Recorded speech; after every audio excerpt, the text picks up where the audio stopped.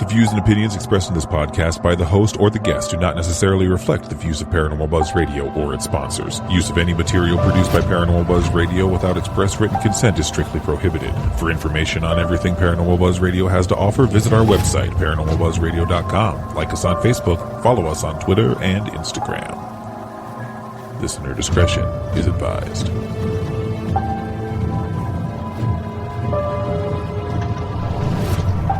Welcome to Exploring the Unknown with Rebecca and Shay.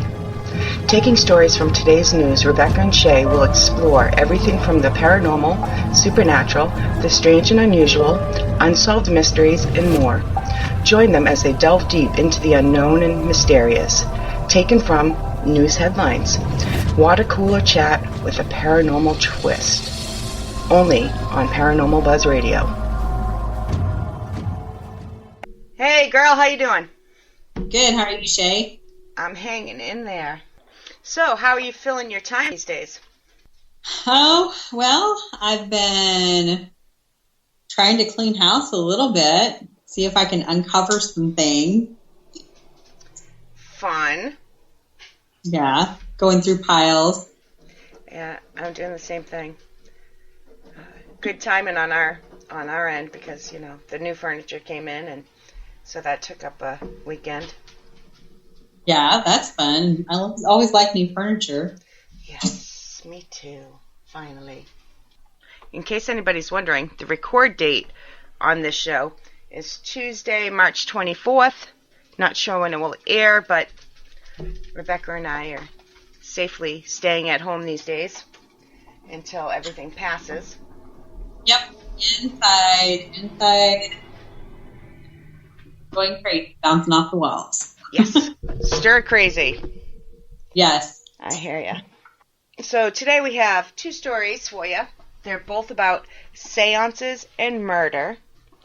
The first one is another one that is very sadly disturbing and gives paranormal a very bad name. So, are you ready? I'm ready. All right, hit me with the first story. Okay, so this one is called Sentences Handed Down in the John Doe Murder Cases. And if anybody would like to actually read these articles, we post the links for them in the Facebook group. So be sure to check them out if you want to actually read it yourself. But anyway, this one's from Dallas. I'm assuming Texas. Oregon, okay. Yeah. Well, that's what you get when you assume, isn't it? That's right.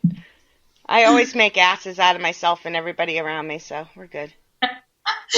Anyway, okay, so Andrew Jondal and Cindy Lou Beck, co-conspirators in the brutal murder of Jondal's parents last August, were sentenced in two separate hearings in Polk County Court today, Monday, September 19th.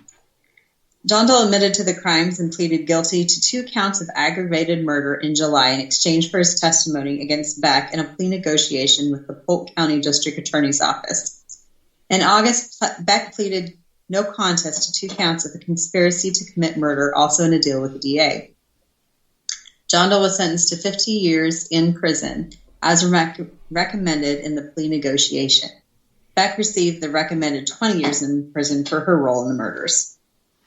On August 30th, 2010, Jondal rode his scooter from Salem to the farm of his parents, Scott and Marilyn Jondal. He lured his father out of the house with a phone call.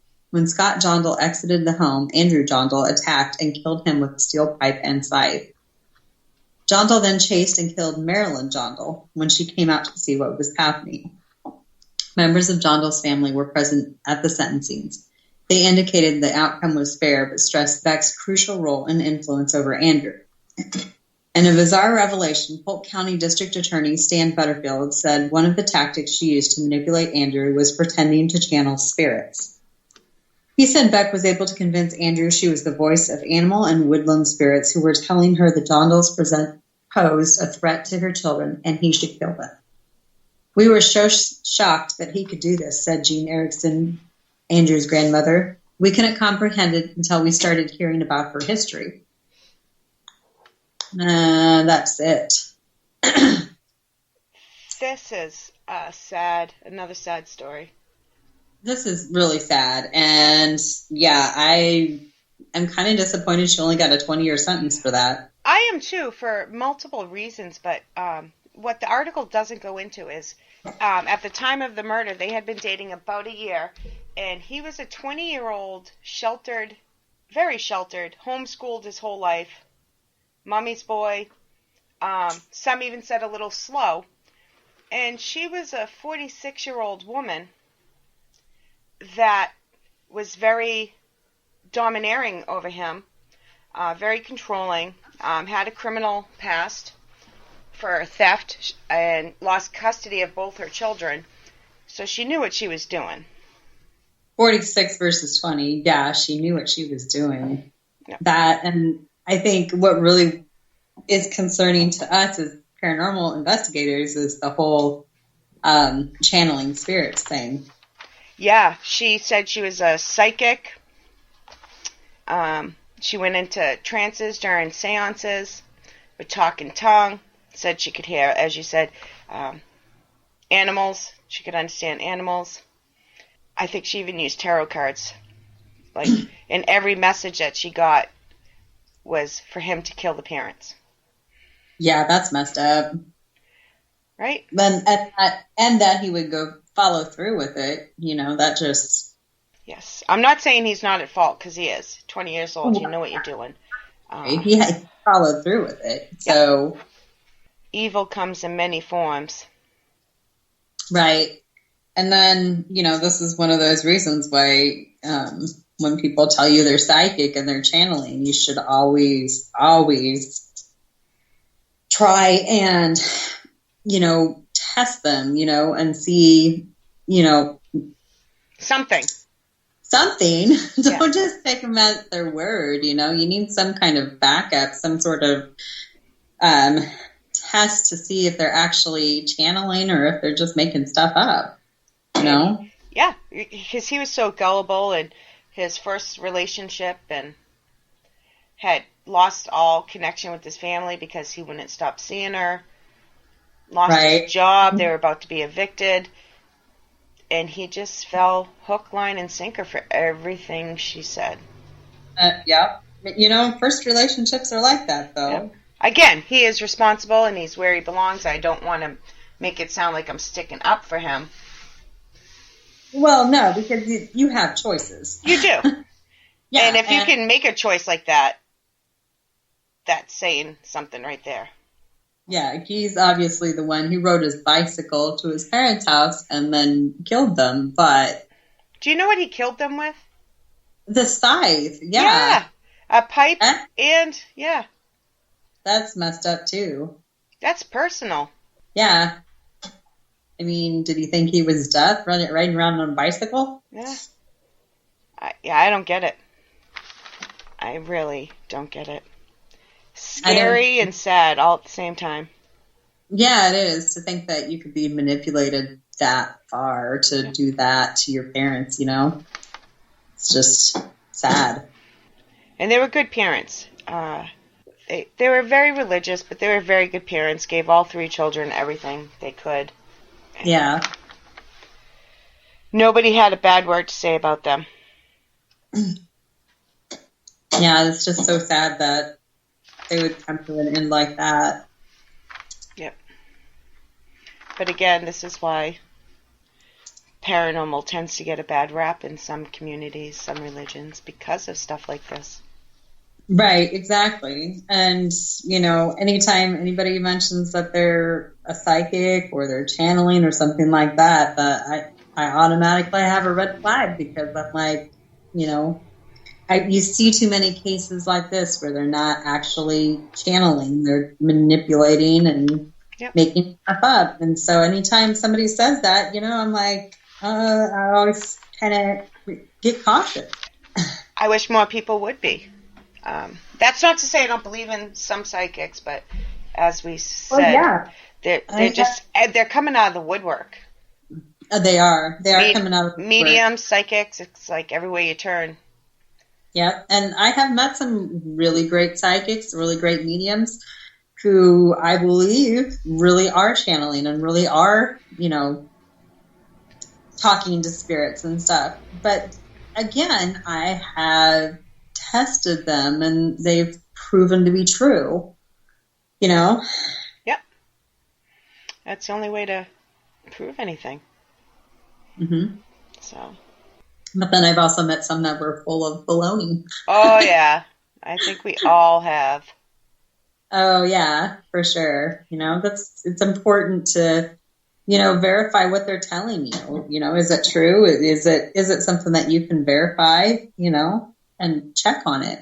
Because it's so easy to manipulate that situation because, they could be making stuff up. Just like this woman did. Exactly. Yeah. And it may not be, talking you into killing your parents, but what are they talking you out of? I mean, if they're charging you for these psychic readings, you don't know. Yeah. So if you're getting psychic readings, keep a notebook. Yeah. If you choose to do it. I want to stress, I do know some that I truly believe in. I do, and I know some that are really, really good that have picked up on some amazing stuff that I know to be true because I verified it, through just going through, if they're telling you they're talking to a ghost or something, you can go through and verify that person exists or existed. I guess I should use past tense there. And another thing I like to suggest is record the sessions. If a psychic says, no, you can't record it, red flag. Right, exactly. That's my opinion. That way you have absolute record of what they said and you can go back and check and remember what was said to verify whether stuff is true or not true. Yeah, that's a good tip too. All right, so story number 2. I wish I could say story number 2 was lighthearted, but of course, it's not as heavy as the first one, but it's more seances. Right. Yeah, it's interesting. All right, give me story number 2, Rebecca. This one the article is called Stricker Mansion, A Tale of Seances and Murder. This one's Rock Creek. Article is from October 27th of 2015. Lucy Stryker took an axe, gave her husband 40 whacks. She dragged Herman's bloody body from their bedroom and down the staircase of their Victorian mansion. The staircase screamed bloody murder for decades, or so the story goes. Stricker Ranch has long been a hotspot for paranormal activity and research. The ranch grew up at the Rock Creek Stage Station, part of the Stagecoach King, Ben Holliday's stage route out of Kelton, Utah, and the first settlement in the Magic Valley. So it's natural that ghost stories and urban legends surround the 150-year-old site tucked away in a stand of trees along the old Oregon Trail. Over the years, visitors have reported seeing ghostly apparitions inside the home and lanterns swinging in the darkness near the old cemetery that sits a short distance to the west. But the craziest story of all centered around a stain on the staircase leading from the upstairs bedrooms to the parlor below. The stain, which was smeared down the staircase, sparked wild tales of conspiracy and murder. Herman Stryker, a German immigrant, purchased the Rock Creek store at the stage stop in 1877. The store was the first trading post between Fort Hall and Fort Boise on the Oregon Trail. Stryker later married Lucy Walgamot. Hope I'm saying that one right. God bless you. Yeah, right? And the two operated the store and saloon and rented out the rooms in their home. Lucy nursed to health many sick immigrants who passed by and buried those who didn't make it. For a decade before the Idaho State Historical Society took ownership of the site, the Stricker Mansion, built in 1900, sat empty. There were overgrown bushes in the yard and ivy had overtaken the home, said Stricker great-grandson Curtis Johnson. It was creepy. During that time, young thrill seekers would break into the old home through a back staircase to examine the blood stain on the stairs and hold seances. We had to take down the back staircase to keep them out, Johnson said. Herman died in his sleep. and without Lucy's help in 1920. He was 79 when he died, Johnson said. His death was peaceful and uneventful. Lucy, who was much younger than her husband, lived at the Victorian mansion for nearly 30 years after Herman passed. Lucy died in February of 1949 during the worst winter storm known to hit the Magic Valley. Her body was laid out in the parlor for 14 days until she could be buried, Johnson said. Their daughter, Gladys, lived in the home until the mid-70s. Since the state took over the site in 1984, caretakers have reported being startled by ghosts. Gary Guy, who has lived in the house for 6 years, overseeing the site for the Historical Society. Guy says Brittany, his Scottish Terrier, alerts him to visits from a young girl wearing a long white dress. The girl never speaks but disappears into thin air as soon as he turns away. Others have seen the girl too, he said. The legend of Herman's murder is easily debunked because the couple's bedroom was not on the second floor of the mansion. Johnson got a good laugh out of the fictional tale, and so did his great-aunt Shirley Puckett. Lucy, Puckett told Johnson, would have loved it. I would safely bet that this is one of these stories that urban legends, folklore, tales from the past brought on or created the paranormal activity rather than the other way around. Well, yeah, I think the seances and stuff, attracted some paranormal activity there. And I like this one because they've debunked the original story. They've found out that the whole haunted history, quote unquote, haunted history of the home isn't true. And I find that a lot when, you get into some of these cases that all the stories that you hear don't have any basis in fact. That's why research is very important. It is. It is very important. At least the family members seem to take it well as can be. Yeah, I like the part that they think that she would have gotten such a kick out of it. Yeah, me too. Me too. It just shows you can't always believe what you hear about places. Right, exactly. So are you one to think that tulpas, do you believe in them? Do you think we can create paranormal activity by thinking it, by inducing it? I don't know for sure if I believe in the whole Talpa creating the activity, but I think perhaps that we can attract activity. So, especially doing seances and paranormal investigations, I think we attract some activity by that. Yep. So if you're doing a lot of that in an area that you think is haunted, you could be attracting a spirit there. How do you think a false narrative of a story like this that never happened, she never murdered her husband, do you think that can affect what kind of activity is attracted to that location? Or is it all in people's minds? Or a mixture of both? Okay. Yeah, I think it's a mixture of both. I think not only does it attract a certain type of activity, but I think you're also looking for a certain type of activity. That you exactly see that activity so much that that's what you see, that you're not looking for anything else. That's why a lot of investigators don't want to know the story before they go in and investigate a location, because they don't want to be prejudiced about what they're looking for. Exactly. I am one that does like to know and do research ahead of time, but I also debunk more than I keep. So right, and I like to know too. Personally, I like to know first, or at least have a good idea of what I'm walking into. But then again, I like to take the time to sit there and try and debunk everything I've heard. Me too. Many locations we've gone to, we'll go there thinking, okay, this is what people are claiming. And none of that happens, but boom, this other stuff that you cannot deny is going on. Right, exactly.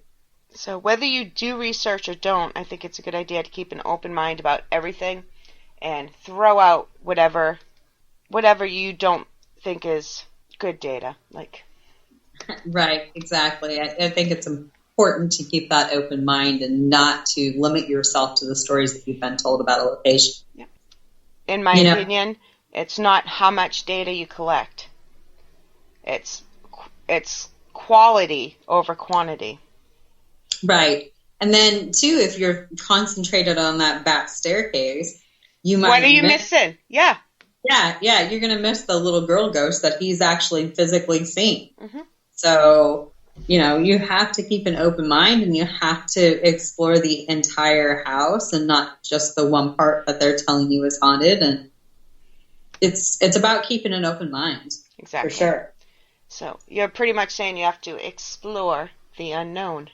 Exactly. See? I get it. But I think that's the best bet.